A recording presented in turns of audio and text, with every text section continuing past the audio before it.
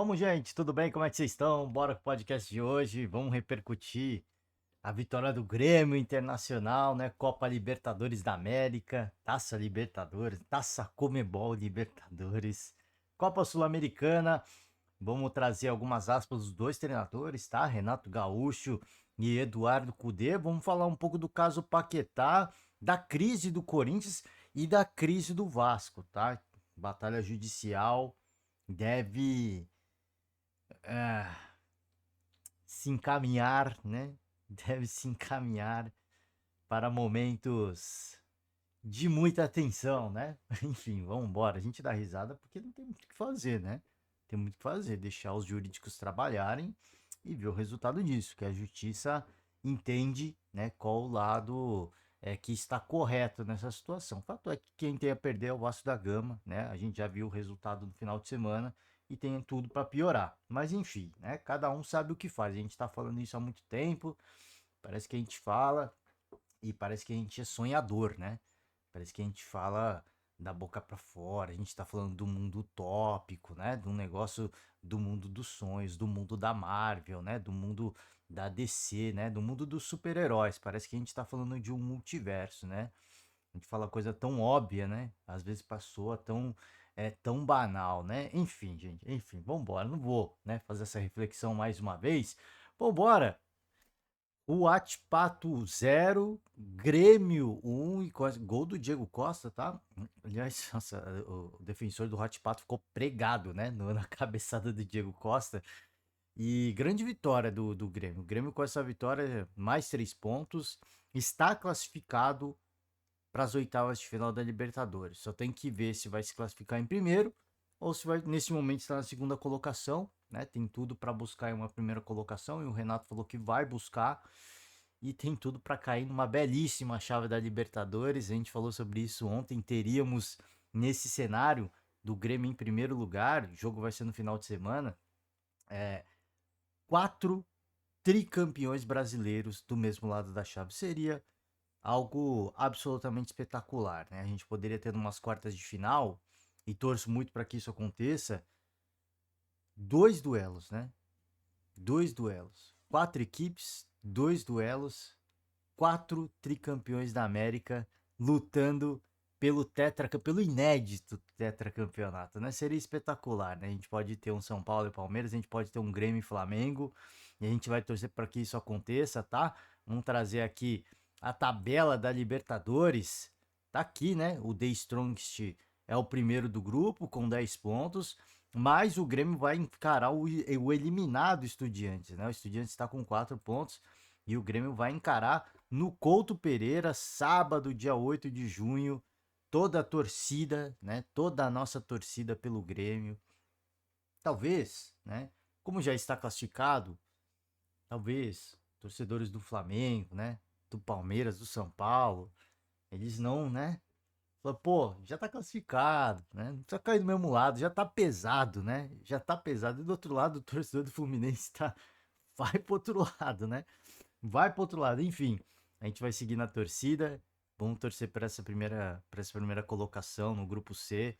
Seria espetacular, tá? Não dá para fugir de jogo, gente. Eu sempre falo isso aqui. Não dá para fugir de jogo, até porque a final é o jogo mais difícil. Você tem que encarar pedreiras no caminho para chegar na final mais preparado, pelo menos mentalmente, né? Pelo menos mentalmente. Copa Sul-Americana, se eu falei do gol do Diego Costa aqui, o gol do Alário, segundo gol de interação, foi meio no susto, né? Foi meio no susto, foi um belo gol, mas meio no susto. O Inter vence fora de casa, jogo na Bolívia, sempre difícil, 2-0, segue na briga, tá? Segue na briga internacional, trazer a tabela aqui do grupo do Inter, eu já passei o grupo do Inter, né? Belgrano primeiro, já tá, né, garantido na primeira colocação. O Delfim tem 8 pontos, é o segundo colocado. O Internacional, 8 pontos também, tá? O Inter, assim como o Grêmio, vai entrar em campo no dia 8 de junho para encarar o Delfim. Infelizmente, o Inter precisa de mais um golzinho, né? O Inter precisa de mais um golzinho, se eu não estou enganado, para ter saldo de gols, vantagem de saldo de gols e poder jogar pelo empate, mas eu acho que tem que jogar pela vitória, né? Mesmo que você possa jogar pelo empate, eu preferi todo respeito, o torcedor do Internacional vai me xingar, mas eu preferi um resultado como este para que o Inter fosse para jogar bola, né? Para não jogar com o regulamento embaixo, porque é um jogo perigoso, né? Você entra com a mentalidade de, poxa, vamos só empatar. E aí toma um gol em que parafuso, né? Dá aquele famoso bug mental e para você buscar o resultado é complicado. Então tem que entrar para vencer, esse é o resultado, esse é o único resultado possível. E vamos seguir na torcida. Assim como a gente torce pelo Grêmio, a gente torce pelo Internacional. Infelizmente, a primeira colocação do grupo já está fora de cogitação, mas a classificação por famoso playoff, né, a repescagem, está em aberto, tá? Está em aberto e a gente vai torcer muito para a equipe do Internacional. É isso de Libertadores, trazer as aspas dos treinadores. O Renato Gaúcho avalia Grêmio absoluto no primeiro tempo. O segundo tempo já foi mais difícil mesmo, né? Fizemos um gol no início do jogo, continuamos em cima do adversário, criando, enquanto o campo nos dava esse resposta. É importante ressaltar também, né? A gente fala do primeiro tempo, e eu concordo com o Renato, mas o segundo tempo, cara, parecia.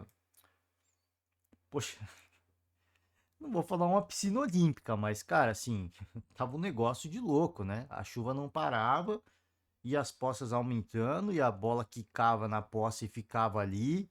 Tava difícil praticar um bom futebol, né? Então é importante a gente contextualizar para quem não viu, choveu bastante e o campo começou a formar aquelas famosas poças, né? O árbitro não deu uma pausa na partida, o jogo seguiu e foi assim, né?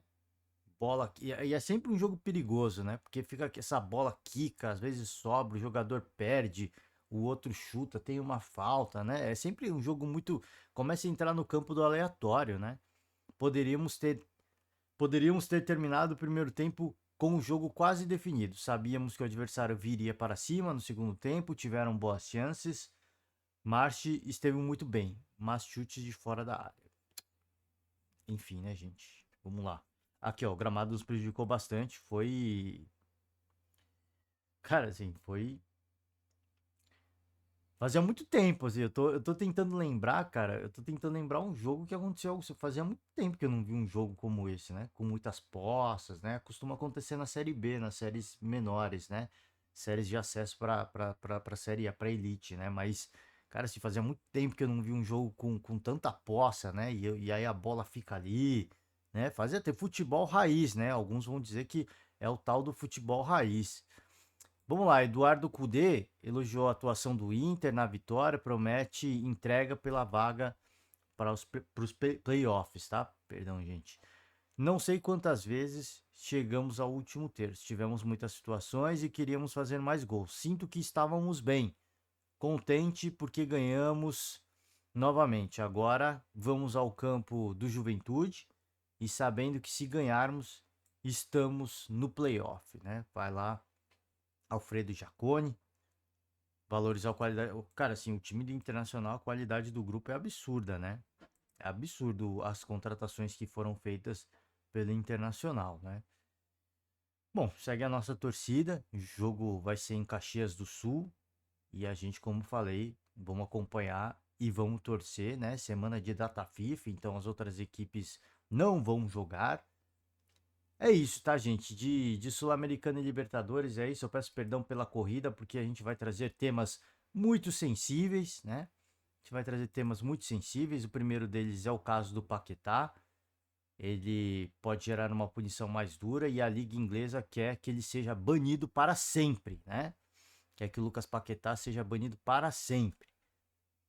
Futebol Association, que é o órgão máximo do futebol inglês, quer que ele seja banido para sempre se for considerado culpado, tá? Se for, ele foi denunciado,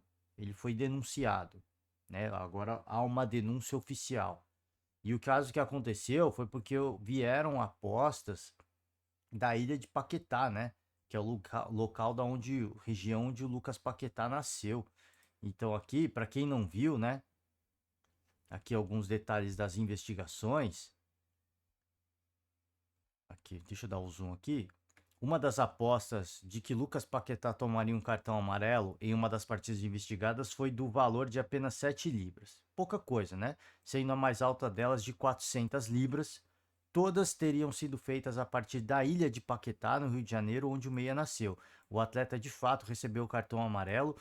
Os ganhos dos apostadores chegaram a 100 mil libras, quase 670 mil reais, quase, pô, passou de R$ 500 mil, né? Passou de R$ 500 mil. Pra quem não sabe, pô, o cara só pôs 400, é casa de aposta, né, gente? Então o cara aposta e dependendo das odds, ele vai lucrar muito, né? O ganho dos apostadores, não sei quantos foram, chegaram a 100 mil e vieram da ilha de Paquetá, né? Por isso que o Lucas Paquetá foi denunciado agora. Agora há uma denúncia de fato, o atleta vai ter que se defender na justiça e se for condenado a, deixa eu pegar o nome da associação, a Football Association, né, entidade, órgão máximo do futebol inglês, quer que ele seja banido, né?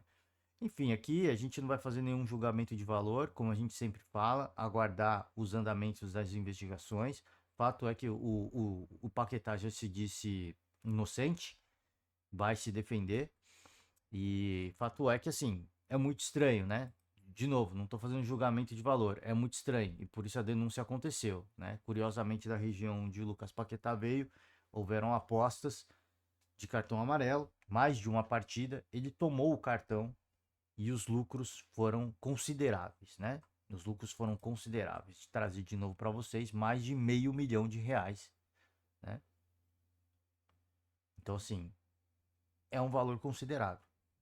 É um valor considerável. Por isso que há investigação, por isso que há denúncia, e cabe o Paquetá defender da melhor forma possível, né? Trazer outros jogos, trazer estatísticas. Eu não sei como é que ele pode se defender disso, né?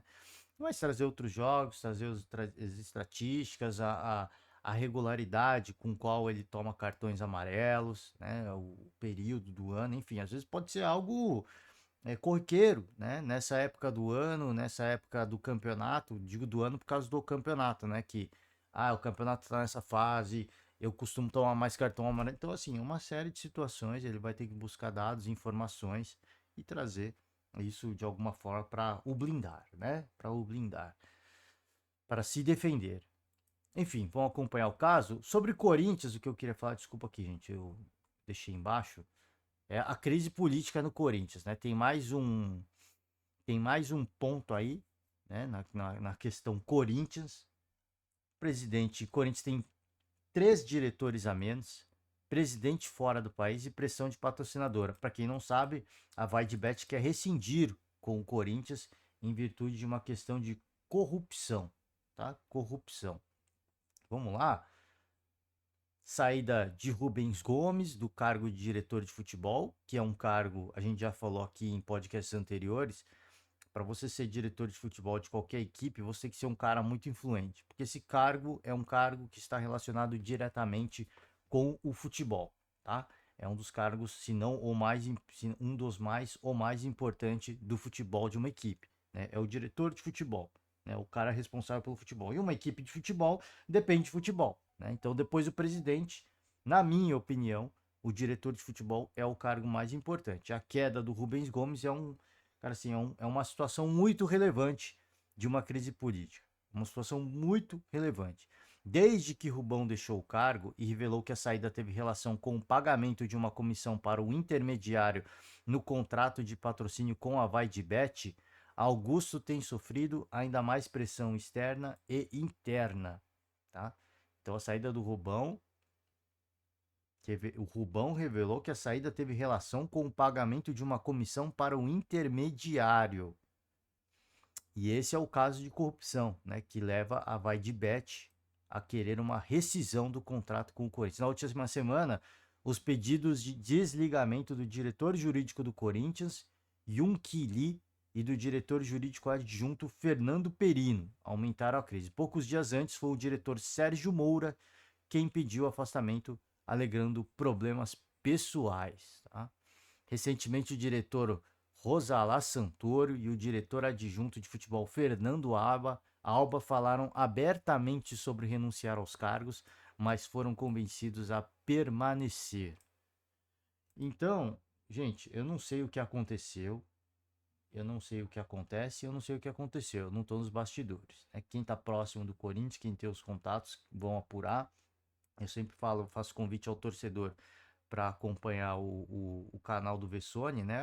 A mídia do meu timão, que eles tentam ser o mais transparentes possíveis, fidedignos à notícia, então não vão divulgar fake news, vão buscar informação, talvez divulguem uma fake news baseada num contato, né? Mas aí quem está passando fake news é o contato. A informação é validada com contato, né? Então às vezes fala, ah, não, já divulgou fake não. Ele não divulgou fake news, divulgou uma informação que veio de alguém de dentro. Como é que você vai apurar isso, né? Não, assim, é apenas uma informação, não e aí é aquela coisa, não trate isso como uma informação. Depende de quem. Às vezes a pessoa leva a sério, né? Você fala assim, não, essa informação veio de alguém interno. Não significa que reflete a realidade, né? Então tem uma série de situações que eu falo para tomar cuidado, né? Porque, né, houveram rusgas aí com o Cássio, né? O ano passado, então às vezes o torcedor fica na bronca com o meu timão, né? Mas o pessoal tenta ser transparente. Eu sempre falo aqui, o pessoal, o único interesse do pessoal ali é o bem do Corinthians, né? Então, assim, eu não sei o que acontece, nem o que aconteceu para se formar essa aliança, essa chapa, e essa chapa foi eleita, e o porquê que uma série de situações agora, dessa crise política tem acontecido. O fato é que para diversos nomes já pedirem para sair e tantos outros já considerarem, é que coisa certa não tem, né? Talvez, eu não vou afirmar aqui, talvez coisa certa não tem. Talvez coisa certa esteja faltando, né? Eu não sei, gente. Eu não sei. O fato, a gente olha essa informação e a gente fica olhando de longe e fala assim, cara, tudo certo não tá, senão as pessoas não pediriam para sair, né? Arrumadinho não tá, senão a galera ficaria lá. Ou não. Todo mundo se aliou, se uniu para formar uma chapa para ser eleita e para para tentar ajudar o Corinthians. O Augusto Melo apareceu com uma solução diferente, né? Diferente da chapa André Sanches, do Ilho, que era a chapa que vinha dominando o Corinthians nos últimos anos, né? E me parecia, né? E quando a gente fala de democracia, é sempre muito saudável. Isso é saudável. Agora, sim, o que eu digo assim, não me parecia, me parecia ser algo positivo, no sentido de que, poxa, é uma nova visão, é uma nova gestão, é um grupo político diferente. Em termos de democracia, isso é muito saudável, mas a gente fica se perguntando a que custo que isso aconteceu, né? Essa aliança, essa chapa se formou, a que custo? Para vencer as eleições, para comandar o Corinthians, né? Começa o mandato, patrocínio master multimilionário, o maior do país. Muita gente estranhou, e eu falei aqui também, muito estranho, porque nem o Flamengo, nem o patrocínio master do Flamengo chega perto disso. Não estou menosprezando o Corinthians, mas se o Flamengo, que tem a maior torcida do país, o valor não chega nem perto, não chega nem perto, isso causa uma certa estranheza, não? Eu acho que assim, é muito ingênuo quem acha que estava tudo certo, né? Talvez esteja. Talvez, eu não tô alegando aqui que tem coisa errada. Só foi assim, só me causou estranheza e segue me causando estranheza. É só isso, né? É só isso. Porque como eu falei, se o Corinthians fosse o clube mais hegemônico do país, com a maior torcida do país, eu não ia discutir isso. Mas a gente tem o Flamengo, que esse sim é o clube mais hegemônico em termos de título, rivaliza com o Palmeiras, mas em termos de grana não há nível de comparação no futebol brasileiro e em termos de torcida também. E o Flamengo não tem um patrocínio master semelhante ao do Corinthians, tá? Então, assim, a gente fica com essas coisas e a gente olha e causa estranheza. Se tá certo ou se não tá certo, o tempo vai dizer. Fato é que agora vai de bet que é rescindir. Então, assim, tava tudo certo? Eu não sei. Eu não sei. O Augusto Melo tá na Europa, né? Foi acompanhar a Liga dos Campeões, mas isso já era sabido porque ele quer ouvir possíveis interessados na aquisição do atacante Wesley, tá? A previsão é que Augusto retorne ao Brasil na quinta-feira. Bom, a crise, né? A crise. Membros da oposição alvinegra querem esclarecimento sobre a comissão, que não é baixa, né? De 25,2 milhões, tá? Comissão de 25,2 milhões à empresa Rede Social Media Design. Até o momento, do valor total, foram pagos 1,4 milhões em dias parcelas, né? Parcelas. A empresa pertence a Alex Fernando André, conhecido como André Cassundé, que trabalhou na campanha de Augusto Melo à presidência do Corinthians a convite de Sérgio Moura. Tá? Então, assim, a empresa é do Alex Fernando, conhecido como Alex Cassundé, e ele trabalhou na campanha do Augusto Melo. E ele vai receber 1,4 milhões e vai receber no total 25,2 milhões, tá? A empresa dele, Rede Social Media Design. Na última semana, o blog do Juca Kfouri noticiou que essa empresa, a Rede Social Media Design, repassou parte do valor recebido em comissão a uma empresa laranja, chamada Neoway Soluções Integradas em Serviço Limitada. É uma empresa laranja, né? A dona é uma senhora, né? Uma mulher do litoral paulista, se eu não me engano, e ela nem sabe que a empresa estava no nome dela, né? Corinthians se manifestou sobre o caso por meio de nota oficial, na qual reafirmou que todas as negociações, incluindo patrocínio, se deram de forma legal com empresas regularmente constituídas. O clube destaca que não guarda responsabilidade sobre eventuais repasses de valores a terceiros. Ainda de acordo com a reportagem, Marcelinho, como é conhecido o diretor administrativo, exigiu o pagamento de uma parcela do comissionamento a André Cassundé durante a ausência de Rosalá Santoro. O diretor financeiro confirma que não autorizou o pagamento. Ou seja, está dando uma repercussão negativa. E aí, insatisfeita com essa repercussão negativa, a VaideBet notificou o Corinthians extrajudicialmente, pedindo explicações sobre o caso, ameaçando rescindir o contrato, né? Porque tem a cláusula lá de corrupção, isso mancha a imagem da empresa, né? E ela notificou o Corinthians extrajudicialmente. Ou seja, né? Para resumir, eu fui lendo, não sei se você entendeu, né? Houve uma intermediação para que o patrocínio da VaideBet acontecesse com o Corinthians. Houve uma intermediação. A intermediação foi feita pela Rede Social Media Design. Por isso que eles vão receber uma comissão. Houve essa intermediação, patrocínio aconteceu, contrato assinado. É que nem venda de imóveis, né, gente? É que nem venda de imóveis. O corretor vai lá, ele te apresenta o imóvel, ou aluguel também, né? Ou aluguel, ele apresenta o imóvel, você vai lá, gostei, assina. Na hora que você assina, o corretor ganha uma comissão, né? Porque ele intermediou a negociação. A mesma coisa aconteceu aqui, né? Rede Social Media Design intermediou a negociação, o maior contrato de patrocínio master do país, multimilionário, ganhou uma comissão interessante, né? Pouco interessante. O problema é que essa empresa repassou parte do valor que já foi pago para uma empresa laranja, né? E aí a oposição pegou, repercussão negativa, e a VaideBet pode, né, simplesmente, não sei quais os detalhes, as tecnicalidades judiciais, mas pode rescindir o contrato. Pode, né? Não sei se pode, não sei. Querer não é.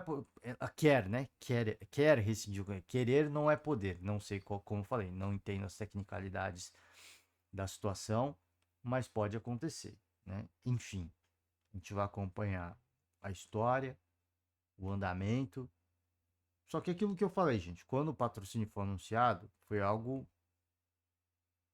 né, muito assim, fora do planeta, né? Fora do planeta. Eu não estou dizendo que não é verdade, né? O contrato existe, o patrocínio existe. O patrocínio existe. Foi firmado um acordo, né? Mas qual que é os detalhes do acordo, né? Qual que é os detalhes do acordo? Porque alguém vai estar recebendo, alguém vai receber uma comissão de 25,2 milhões, né? Vai, se o negócio continuar, vai receber. Assim, e por que raios que foi repassado um valor por uma empresa laranja, né? Então, tipo, a galera, enfim, né? Não vou entrar nesse detalhe. O fato é que, assim, a gente vai acompanhar a história, vamos ver o que leva. A oposição agora vai ficar no pé, né? A oposição vai tentar achar cada detalhe. Você acha que essa galera toda tá pedindo para sair? Por quê, né? Por quê? Porque a oposição está trabalhando. A oposição provavelmente está achando coisas que não são tão legais, né? Que não são, talvez, eu não estou afirmando que é ou não é, só estou falando, talvez a oposição esteja achando coisas que não foram legais no andamento do processo, tá? Da eleição do Augusto Melo. Bom, para encerrar, mais uma questão de batalhas judiciais, tá? Vasco e 777 se armam para batalhas judiciais, próximo ao início de arbitragem. Advogados de americanos devem protocolar até quinta agravo interno e jurídico do clube entra com pedido de arbitragem na FGV. Tá?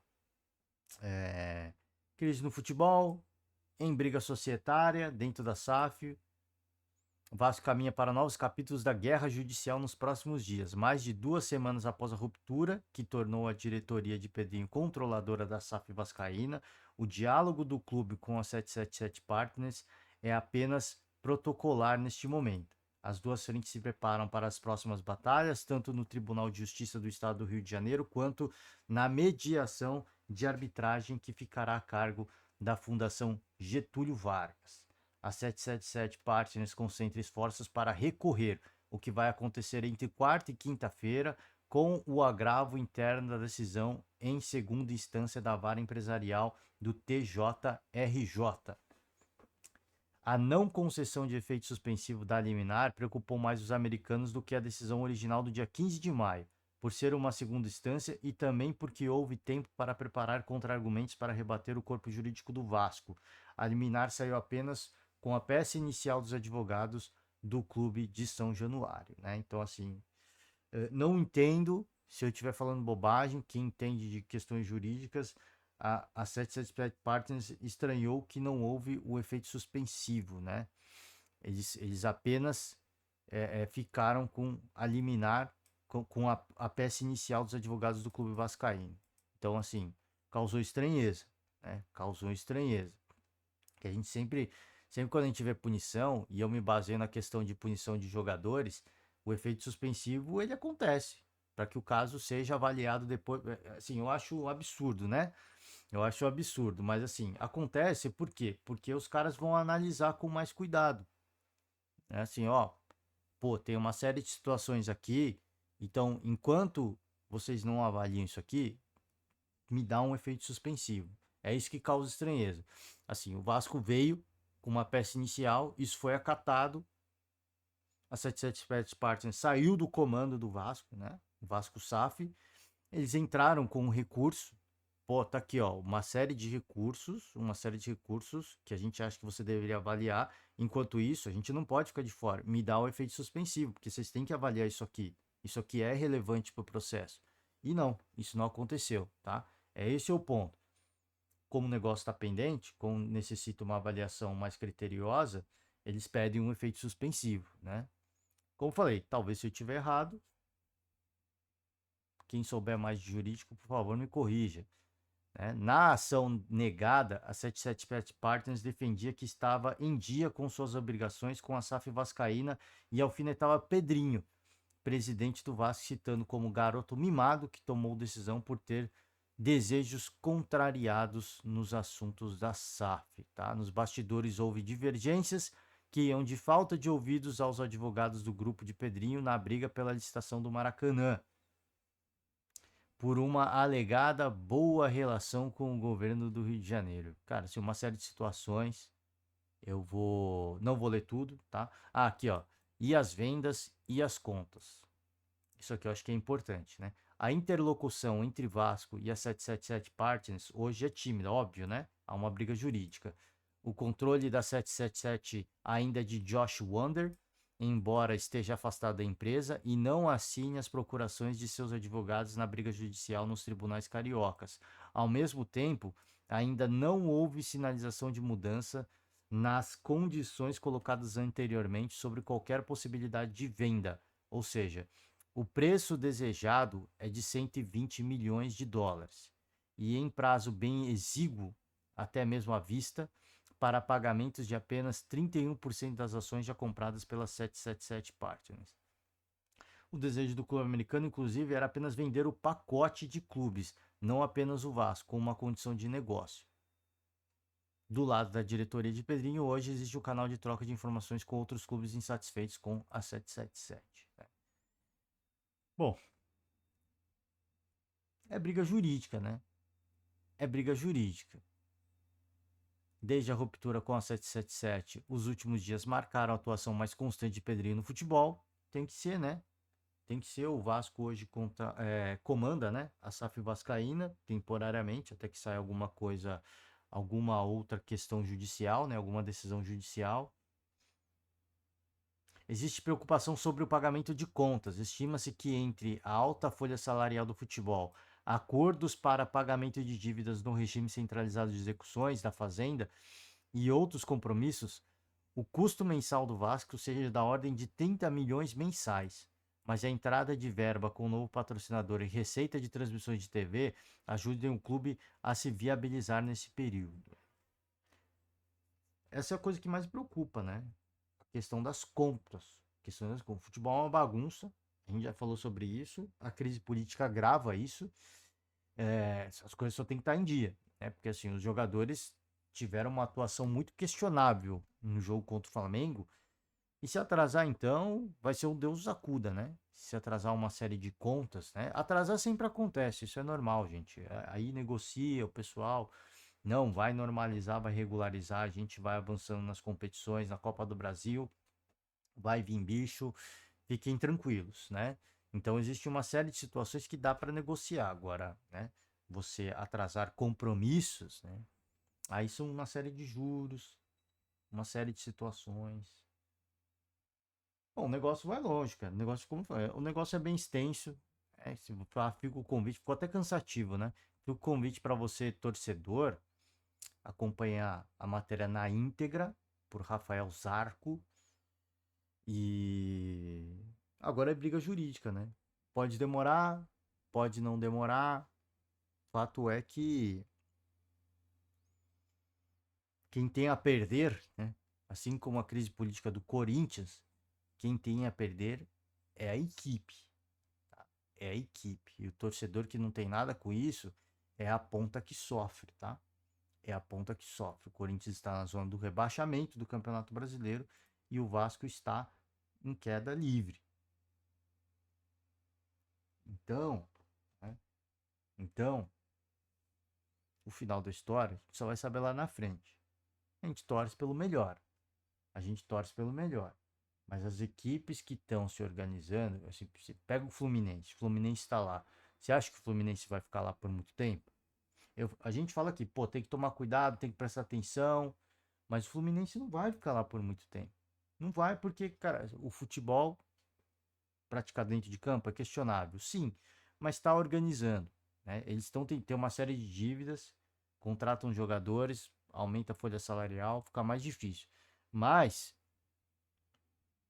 ao que parece, né? Ao que me parece, eles estão tentando organizar a casa, assim, passo a passo. Vão tentar manter a folha salarial alta, um investimento alto, e a gente vai tentar sanar essas dívidas com patrocínio, sócio torcedor, premiação de títulos enfim, direitos de transmissão, porque a gente vai avançando nas competições, vamos ter mais direito, vamos vender esses direitos, vamos fazer uma grana. É uma outra abordagem, né? Então, assim, é difícil você sanar a dívida rapidamente dessa forma, mas me parece que esse é o caminho que traça o Fluminense. Eu não acho que o Fluminense vai ficar lá embaixo muito tempo.